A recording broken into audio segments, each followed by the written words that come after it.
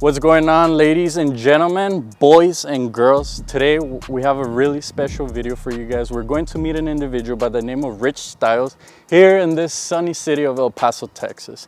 Now, a lot of the people don't know, he's actually a really famous musician. He just released a new single. We're gonna go ahead and get to know him, pick his brain, see what other investments he's in. Maybe he knows other famous people as well.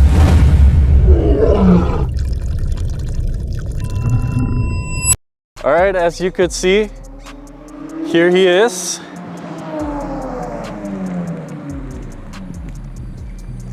This McLaren, Rich went ahead and let me know that it was modified by Hennessy. As you can see, he does have that rich man laugh. That's why we're going to go ahead and meet him, because driving with the door up.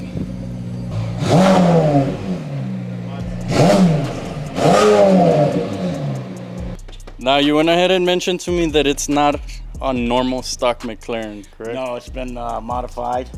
What are the modifications on it? It's got upgraded exhaust system all the way through, from downpipes, turbo upgrades, injector upgrades. It's got upgraded ECU, so I can switch from different power levels depending on the fuel that I can available, what I can use. But right now I got it set at about 800 horsepower for just driving around normal. But I can kick it up to 950 with a little bit of boost added, and all the way up to 1100 horsepower plus.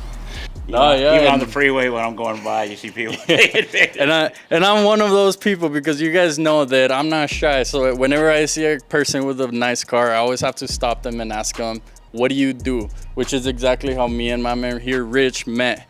I saw him. I've seen this McLaren a couple times. I've tried talking to him. I can't catch up to this thing. So I had my opportunity. He was pulling into a parking lot. I pulled up right behind him. And from there, I started asking him, what do you do? He's actually a musician. So I give him we exchange information. And now here we are. Now you guys are gonna have the privilege to go ahead and get to know him. Now talk to us about the drag racing car you have there in the back. Yeah, come on back. This was a car that was running in the outlaw class during the Nopi races back in the, I guess you would say about late 80s, early 90s. And well, how fast does this one go? What's the fastest you've gone? It runs in the 8s in a quarter mile. Yeah. So then for a car like this, where do you even find insurance for it, or can you find insurance for it? I got my insurance through Allstate. They took it with no problems. Because I know they'll get, some insurances will give you. Yeah, well, they took it because a guy told me on the phone, we have several insured, but nobody's ever wrecked one, so we don't know what it's going to take to fix it. What's the fastest you've gone on this thing? 175. Yeah, here? Yeah, on the freeway. Yeah. So if you guys have always seen this car, I know a lot of you, I've seen it. I've seen it on other people's Instagrams posted. This is the guy who owns it. So we're going to go ahead and go inside, pick his brain, get to know him, figure out exactly how he started and how he was able to afford a beautiful beast like this. So Rich, how long have you been a musician for? I've been playing since about 10 years old. 10 years old? How old are you right now? I'm way up there. Way up there. And how did you start? Did you just pick up an instrument? Yeah, I got into the guitar because, watching the Rolling Stones and all that back then always got me going, and listening to like Deep Purple, and it's just a thing. And I just really loved it and decided, I want to try that. And it wasn't as hard as I thought, and I decided instead of copying everybody else's songs, I'd start writing my own music. So, and I've actually done pretty well with it. And when you first started, did you ever think you were gonna be where you're at now, or did you just do it for fun? I had a lot of dreams, so I'm kind of happy where I'm at right now. Yeah. And how did you, I guess, what was the first song you ever wrote? Did you write it, did you write it down, or did it just come to you? No, I always jot down the lyrics and try to come up with a melody. So I always kind of make notes of it, because I've done the stuff where you just make something up, and the next day you don't even know what you did. Then you get mad at yourself, like, damn, that was a good song, but it's gone. So then, I've learned to make sure you make a note of it. Yeah, you always have to do that with Yeah. anything, really. Yeah, that's true. That's true. So, when was the first time you actually played for money? When you actually got paid for it? When I was in sixth grade. Sixth grade? How did that go about? Good. I got paid. Yeah. Did someone come to you or did you go to them? Kind of both, because they were putting on like a church dance at this church, of course, and they wanted us to play, so we played, and we basically made up the songs as we went. So you were you in a band? Kind of. We threw it together for that show, so we can make some money. And right now, are you in a band right now, or is it just solo? I have a band, but it's on standby. Yeah. Okay. We're waiting for some stuff. So you went ahead and how I met you was I went up to you. You told me you're a musician, and then you showed me one of your songs, which was what was the name of it? I think it was "Does It Matter." Doesn't matter. There you go. Yeah, the first doesn't one. matter. So when I heard it, I noticed that it was an 80s style music. What has your music always been that type of style? Exactly. That's my style, and I like writing that style, and I'm going to kind of hold that style. Because I noticed right now in 2023 that style is coming back, which is a great time for you to release all your music that you're releasing, because you just released a new single. And when you told me about it yesterday, I listened to it, and it's just really catchy. It was one of the best songs I've probably ever heard in a while. Because usually right now, though, it's a lot of reggaeton, it's a lot of rap music, things like that. Right. But then I noticed, for example, on Instagram, on even TikTok, like the catchiest songs are that type of songs. Well, thank you. Yeah, that song is Signals, and that's what I'm pushing right now, because I've heard from some big-time producers that's got to go someplace. So when you first did your first professional recording, how old were you? I would say probably 30. 30. And you never thought like, you're just doing it for fun, and then you actually went to go record it professionally? Did they come to you or you went to them? Well, that kind of went both ways too, because it started off as a fun thing, but then people heard my singing and the type of music I was writing, and there was a lot of interest. You know, they said, this is good stuff. It's not just something to throw away. Yeah, because I know right now you told me that you were going on tour for a while and you were the opening act. Yeah, we did some opening shows, and that was where it started years ago. That was probably 20 years ago, and then we kind of laid back. And then with the COVID thing, nothing happened, and now we're coming back on. And then you did mention to me that because of COVID, a lot of musicians were quitting.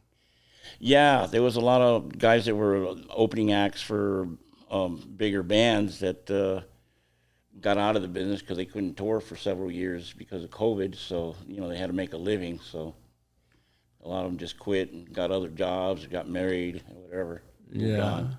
And who are some of the big names you have opened up for? I've worked with the Beach Boys, worked with Crowded House. That's just to name a few. And then right now, well, you mentioned to me that you're planning on going on a tour of your own. Yeah, hopefully here soon if everything comes together with this new song, because like I said, it all depends on what we're doing here as a start. Yeah.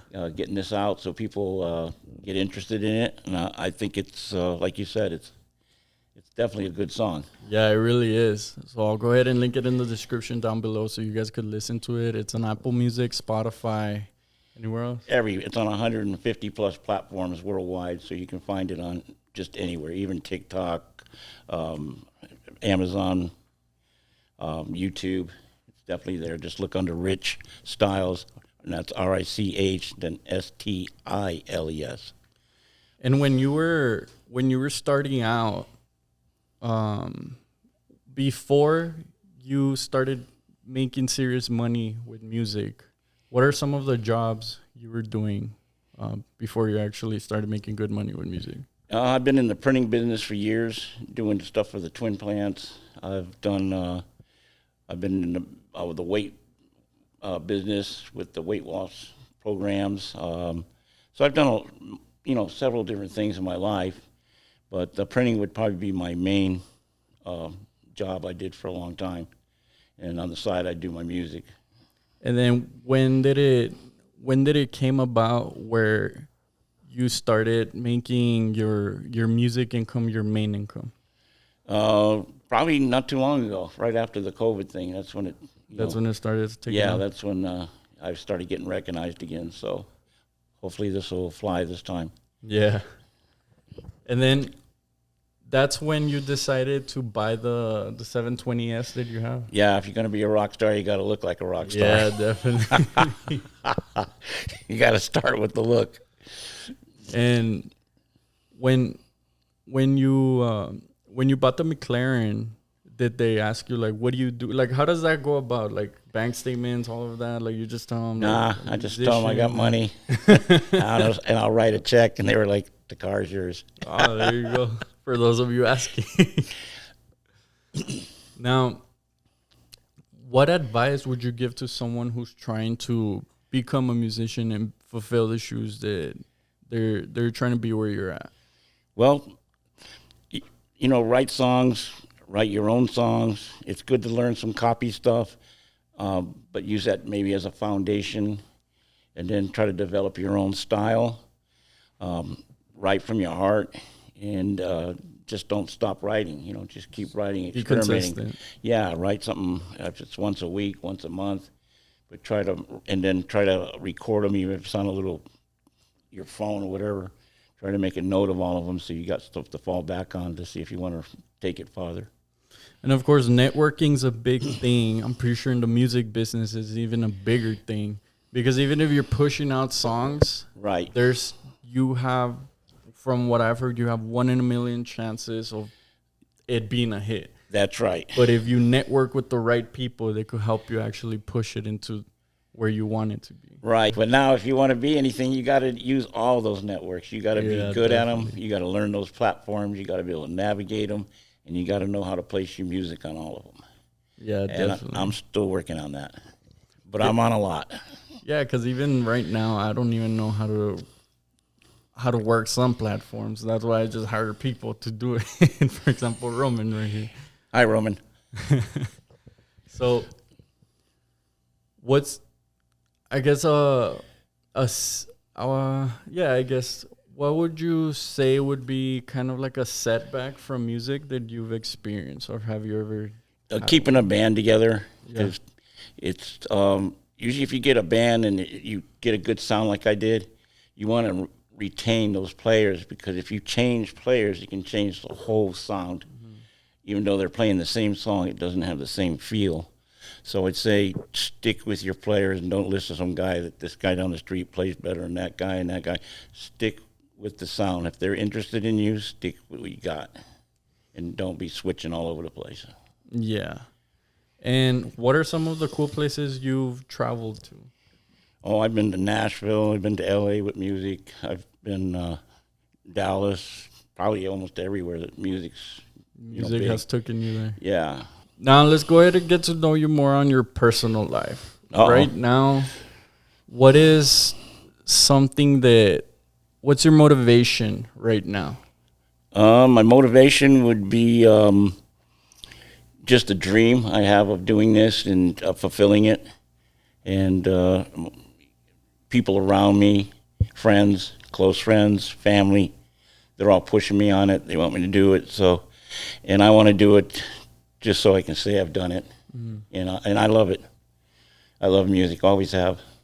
It's me. So even if you weren't, because I know a lot of people do it just because they want that lifestyle. Right now, if you weren't where you were, you would still be doing music. Yes, I love music. And that's one thing that I tell everyone. Don't do it for the money. Do it because you like it. Because if you're doing it for the money, you're doing it for the wrong reasons. That's right. Any little thing, once you realize, like, well, I've done it for this long, I'm not making money, then they quit. So you have it right here. He did it because he liked it. He didn't do it for the money. That's right. Now he has one of my dream cars, which I rode in. And I had never rode in one, but it was a crazy experience. Like, I wasn't expecting to go that fast. That fast. Well, your head producer over here, I never heard a guy scream that loud in my life.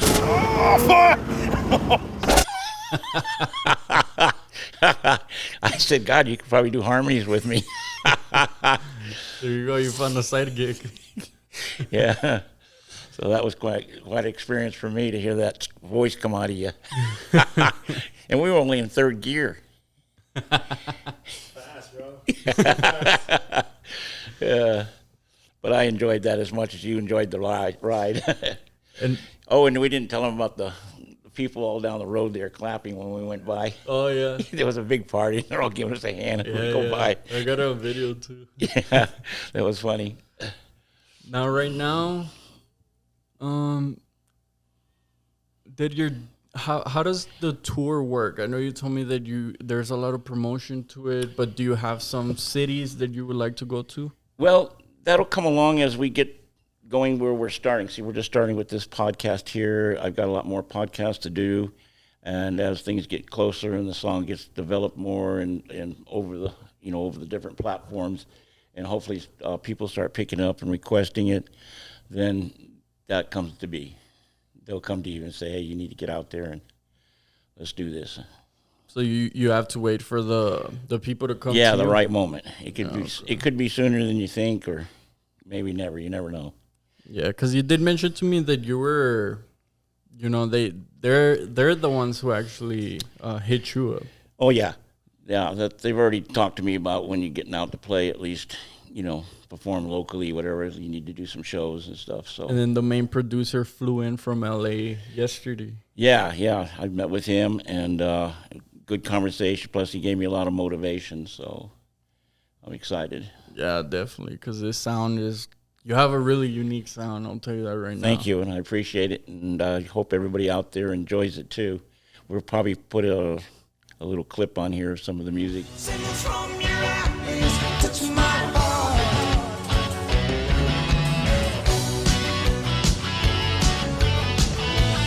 Right now, do you have any regrets in your life? Any regrets in my life with music or just anything? Just in general, music and anything.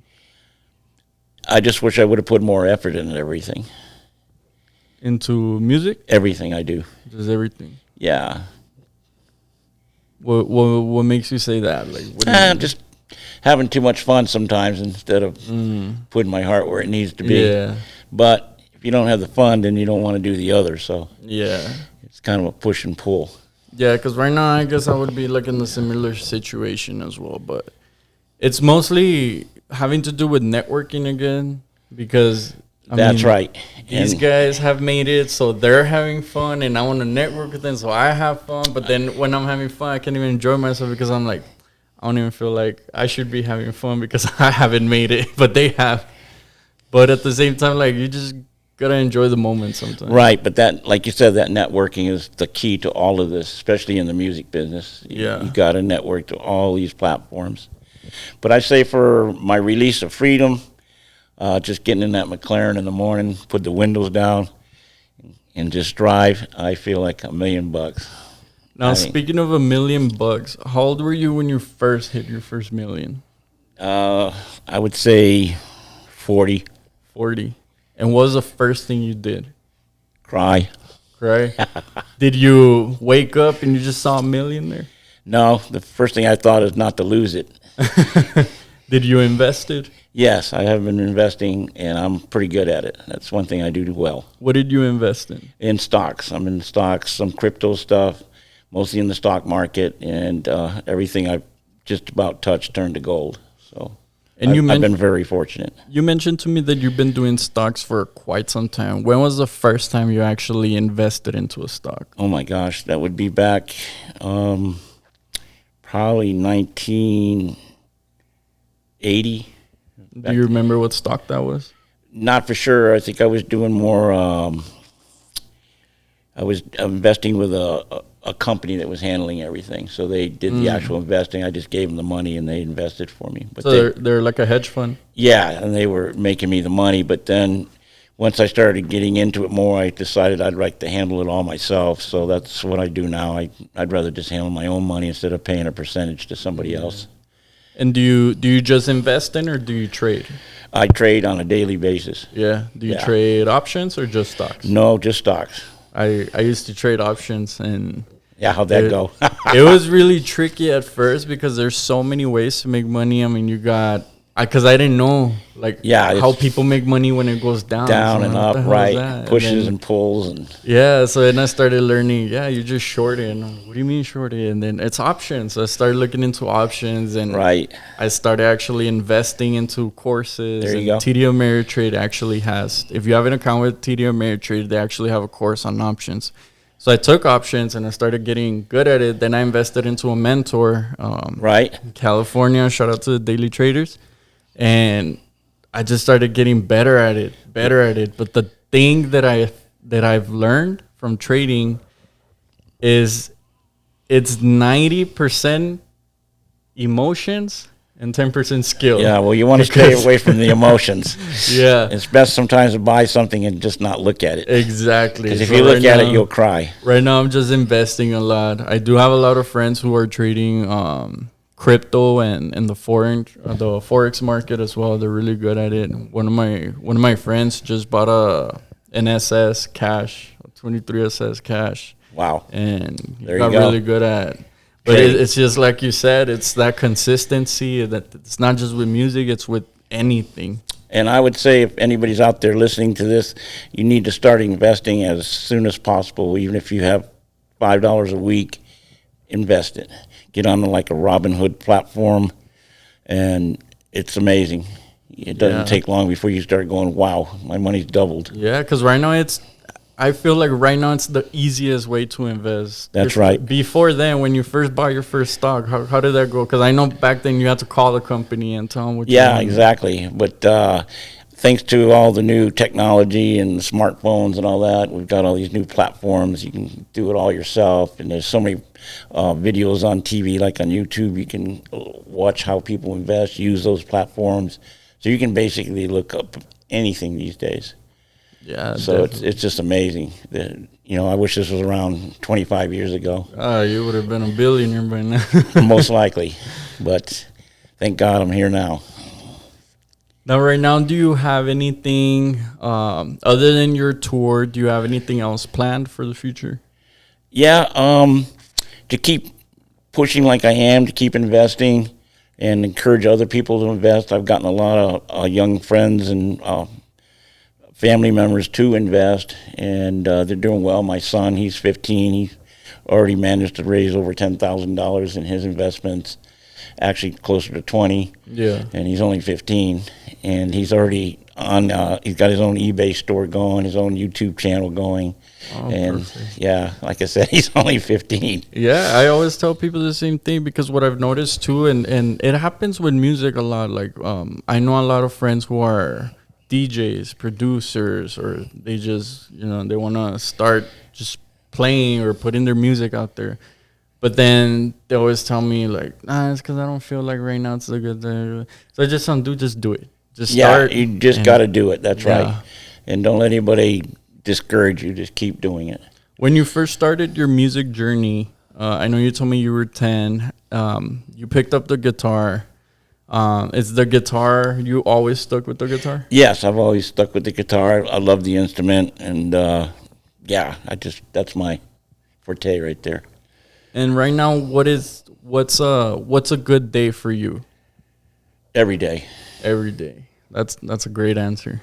Yeah, every day is a good day. Always gotta be positive. That's right.